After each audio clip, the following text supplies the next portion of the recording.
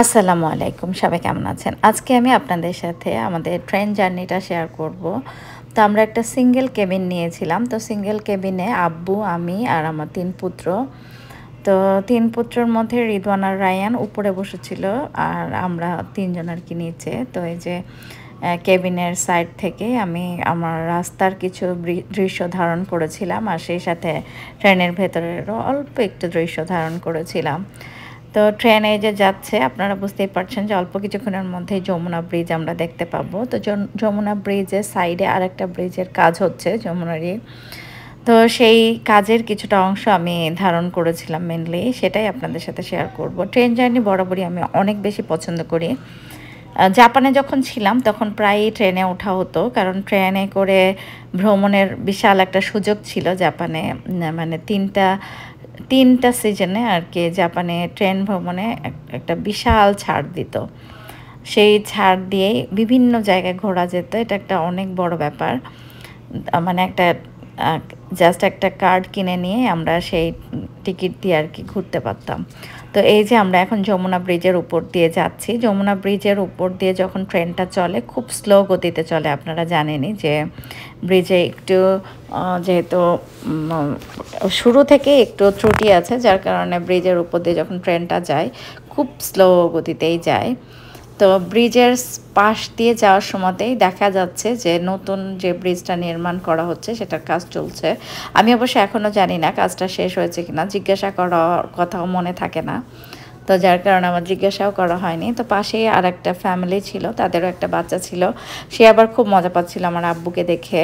মানে আমার আব্বুকে দেখে সে বারবার আর কি কথা বলার জন্য আসছিল, সাথে আমার বাচ্চাগুলোকেও খুব পছন্দ করছিল, মাঝে মধ্যে আমাদের সাথে গল্প করতে আসছিল। আর আমি যখন বাইরে দাঁড়িয়ে দাঁড়িয়ে ব্রিজের নির্মাণ কাজ দেখছিলাম, সেও চলে আসছিল। তো যমুনা নদীর এই যে দেখেন যে বিশাল চর পড়ে গেছে, সেই চরে আবার দেখলাম যে কৃষকরা বিভিন্ন ধরনের আবাদ করছে।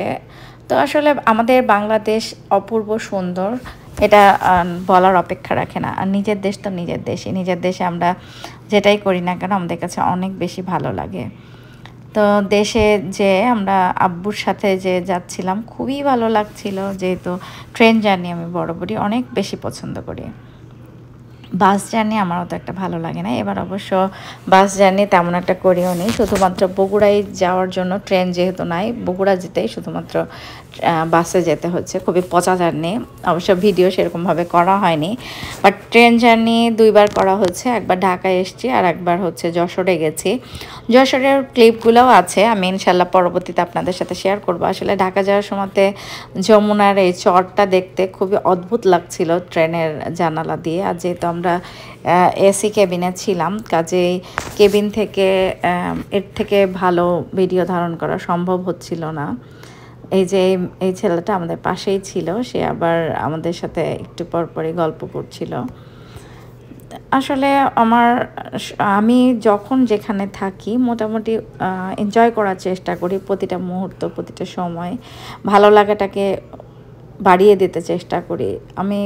আমার কাছে প্রকৃতি বরাবরই অনেক বেশি ভালো লাগে। প্রকৃতি যে কোনো দেশের প্রকৃতি আমার অনেক বেশি ভালো লাগে। আর আমাদের দেশ হলো তো কথাই নাই, আমাদের দেশটা এত সুন্দর, মাশাআল্লাহ অনেক বেশি সুন্দর।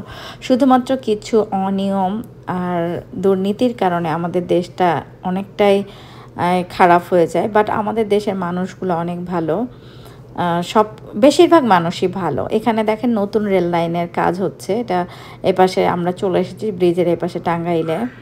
তো এখানে অনেকগুলো স্ল্যাব তৈরি হচ্ছে, বেশ ভালোই লাগছিল। সম্ভবত নতুন যে লাইনটা তৈরি হচ্ছে এটা দিয়েই নতুন ট্রেনও হয়তো যাবে, আমি সঠিক জানি না। যেহেতু জাস্ট আমি রাস্তাতে যা দেখতেছি সেগুলোই আপনাদের সাথে একটু শেয়ার করছিলাম। কাজগুলো দেখতে ভালো লাগছিল যে বাংলাদেশও এখন অনেক এগিয়ে যাচ্ছে, যে শ্রমিকদের নির্দিষ্ট ড্রেস আছে, গাড়িগুলোও অনেক সুন্দর। অবশ্য আমার খোঁজ নেওয়া হয়নি যে কোন দেশ বা কোন কোম্পানি এই রেল লাইনের কাজটা করছে, এটা আসলে জিজ্ঞাসা করা হয়নি কাউকে। এমনি আব্বুর সাথে গল্প করতে করতে হয়তো এটা সেটা জিজ্ঞাসা করছিলাম, কিন্তু এগুলো নিয়ে অত বেশি কথা বলা হয়নি। আমার আব্বু যেহেতু কলেজের টিচার ছিলেন, রিটায়ার্ড করেছেন, কাজে আব্বু খবর দেখে সারাদিনই কম বেশি, দেশের প্লাস দেশের বাইরের সব খবরই দেখেন আব্বু। তো এই যে পুরাটা জুড়ে আমি হচ্ছে পুরা রাস্তাটারই মানে ভিডিওটা ধারণ করার চেষ্টা করেছি, স্পেশালি যমুনা ব্রিজের চারিপাশে। আমি দেখছিলাম যে এরা কাজগুলো কতটা সুন্দরভাবে করছে। ঢাকায় আমরা ছিলাম প্রায় 10 দিন মতো, কারণ যে সময় ঢাকায় গেছিলাম সেই সময় তো বাংলাদেশে ইলেকশন চলছিল এবং বেশ কিছু দুর্ঘটনাও ঘটেছিল। খুব নার্ভাস হয়ে গেছিলাম, যার কারণে আমাদের টিকিটটা পিছাতে হয়েছিল। যদিও আমরা থাকতে চেয়েছিলাম 5 দিন, কিন্তু আমাদের থাকা হয়ে গেছিল 10 দিনেরও বেশি, 11 দিন সম্ভবত। তো একদম লাস্ট মোমেন্টে ঢাকায় যে আটকা পড়ে যাওয়াতে আমাদের বেশ কিছু কাজ অবশ্য পিছায় গেছিলো, কারণ জানুয়ারি মাসে খুব ঠান্ডা পড়েছিল। ঠান্ডার মধ্যে সব কাজ ঠিকঠাক মতো করতে পারিনি, এই জন্য আর কি লাস্ট মুহূর্তে অনেকগুলো কাজই পিছিয়ে গেছিলো। এই যে আমাদের ট্রেন থেকে আমি সরিষা ক্ষেত দেখছিলাম। সরিষা ফুলটা আমার কাছে খুবই ভালো লাগে। পরবর্তীতে অবশ্য আমার গ্রামের বাসায় যেয়ে সরিষা ফুলের সাথে ছবিও তুলতে পেরেছিলাম। বাট সরিষা ক্ষেত দেখতে আমার অনেক বেশি ভালো লাগে। আমাদের গ্রাম বাংলার প্রকৃতি আসলে অপরূপ সুন্দর, সুবহানাল্লাহ, অনেক বেশি সুন্দর, অনেক বেশি ভালো লাগা, অনেক বেশি মায়া। তো আমাদের যেহেতু গ্রামের সংখ্যায় বেশি, কাজে গ্রাম যখন কোনো ট্রেন বা গাড়িতে করে জার্নি করা হয় তখন গ্রামটাই বেশি দেখা যায়। পরে আসার দিন আমরা হচ্ছে যে ডাবল কেবিন পেয়েছিলাম, তো ডাবল কেবিনে ওরা খুব মজা করতে করতে আমরা ফেরত এসেছিলাম। এখন কিছু আসার দিনেরও কিছু ফুটেজ আপনাদের সাথে শেয়ার করলাম।